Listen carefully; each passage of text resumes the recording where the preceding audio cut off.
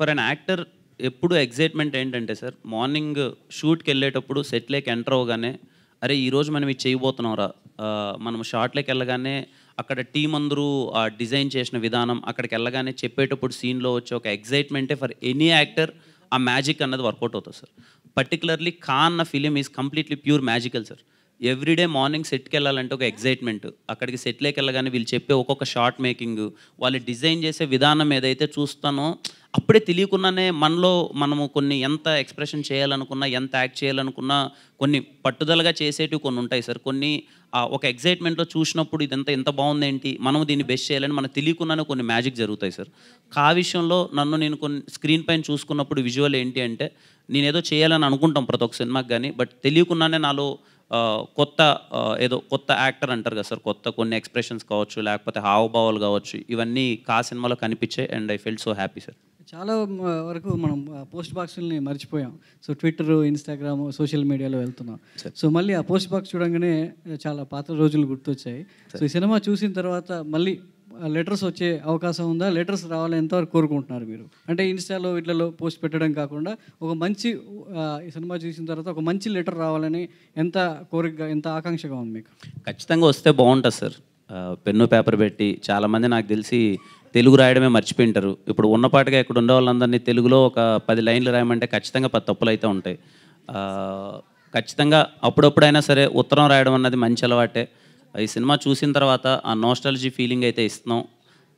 కొంతమందికైనా సరే అరే ఉత్తరం రాద్దాంరా అనే ఫీలింగ్ వచ్చి రాస్తే మాత్రం యాజ్ ఎ టీమ్ మేమందరం చాలా హ్యాపీగా ఫీల్ అవుతుంది. డైరెక్టర్స్ రాజన్ డీకే ద్వయం లాగా సో ఇప్పుడు కూడా ఆ ట్రెండ్ అనేది తెలుగులోకి తీసుకొస్తున్నారు. ఇద్దరు కలిసి కాంబినేషన్లో ఒక మంచి అవుట్పుట్ తీసుకురావడానికి మీ క్రియేటివిటీ తగ్గట్టు, మీ కథ నరేటివ్ తగ్గట్టు ఒక టీజర్ని కట్ చేయడం చాలా అద్భుతంగా ఉంది. అయితే ఇద్దరిలో సో ఎవరికి ఎక్కువగా క్రెడిట్, అంటే ఈ సినిమా సక్సెస్ అయిన తర్వాత ఈ క్రెడిట్ ఎవరు తీసుకుంటారు అనుకుంటారు? సుజిత్ అండ్ సందీప్ అని పెట్టాం సార్. ఎండ్ తీసుకుంటాం సార్ క్రెడిట్. సక్సెస్ తీసుకుంటాం సార్. ఇద్దరం ఎంజాయ్ చేస్తాం. కిరణ్ గారు అయితే హీరోయిన్ మీ టీజర్ చూసి ఇక్కడ మీ టీజర్లో హీరోయిన్స్ ఎవరు కనిపించలే, ఇద్దరు అన్నారు కానీ ఒక్కరు కూడా కనిపించలే.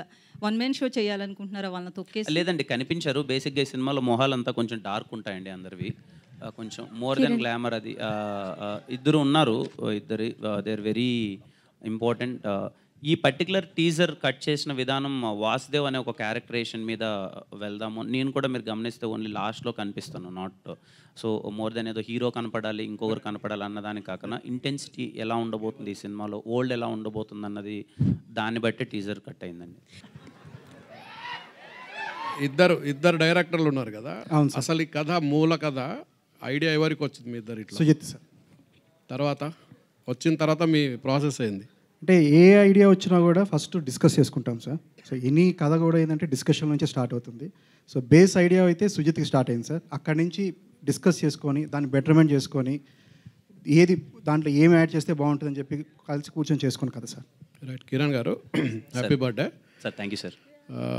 జనరల్గా తెలుగు సినిమా హీరోలు అందరూ ప్యాన్ ఇండియా సినిమాలు చేద్దాం అనుకుంటున్నారు. చిన్నోళ్ళు పెద్దోళ్ళు, పెద్ద పవన్ కళ్యాణ్ లాంటి హీరోలు ప్యాన్ ఇండియా సినిమాలు చేయలేకపోతున్నారు.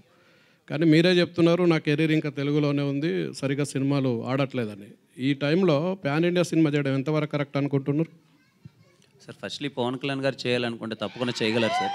మేబీ ఆయన ఇంట్రెస్ట్ అది తెలియదు కానీ నేను సార్ సెకండ్ క్వశ్చన్ మర్చిపోయాను సార్. నేను పవన్ కళ్యాణ్ లాంటి హీరోలు కూడా ప్యాన్ ఇండియా సినిమాలు చేయట్లేదు, కానీ మీ స్థాయిలో ఉన్నటువంటి హీరోలు మీరు ఇప్పుడు ప్యాన్ ఇండియా సినిమా చేయడం అనేది ఎంతవరకు కరెక్ట్? అది అంటే మీ కెరీర్ పరంగా కూడా మీకు తెలుగులోనే పెద్ద సక్సెస్ లేవని మీరే చెప్తున్నారు. లేదు సార్, నేను అట్లాంటి టైంలో మీరు ప్యాన్ ఇండియా సినిమా ఎంచుకోవడం అనేది ఎంతవరకు కరెక్ట్ మీ కెరీర్కి? సార్ నేను అదే అంటున్నాను సార్. ఇప్పుడు స్థాయి అంటే కంటెంటే సార్. ఏదైనా స్థాయి అన్న కంటెంట్. మన మలయాళం నుంచి వచ్చిన మంజుమల బాయ్స్ మనందరం పెద్ద హిట్ చేసాం. యాక్టర్ పేరు ఎవరికైనా తెలుసా సార్? కాంతారా నుంచి వచ్చిన థింగ్ అప్పుడు మనకైతే ముందులేదు సార్. ఇక్కడ కంటెంటే సార్. ఇక్కడ నా స్థాయి పెద్దదా చిన్నదా అన్నది సెకండ్ థింగ్. మనం ఆ సినిమాలో ఇచ్చే కంటెంట్కి స్థాయి ఉందా లేదా అన్నదే మ్యాటర్ సార్. కంటెంట్ ఉంటే మీరందరూ ఖచ్చితంగా ఎక్కడికో తీసుకెళ్తారు. ఈ అనే సినిమాలో కంటెంట్ ఉందని అయితే నేను నమ్ముతున్నాను. అందుకే అదర్ లాంగ్వేజ్కి వెళ్దాం అనుకున్నాను సార్, నథింగ్ ఎల్స్. మేబీ నేను నా సినిమా ఇక్కడ వరకే పరిమితం అన్నది ఇక్కడే తీస్తాను సార్. ఊరికే ఏదో పెట్టాలని ప్యాన్ ఇండియాలో అయితే చేయను సార్.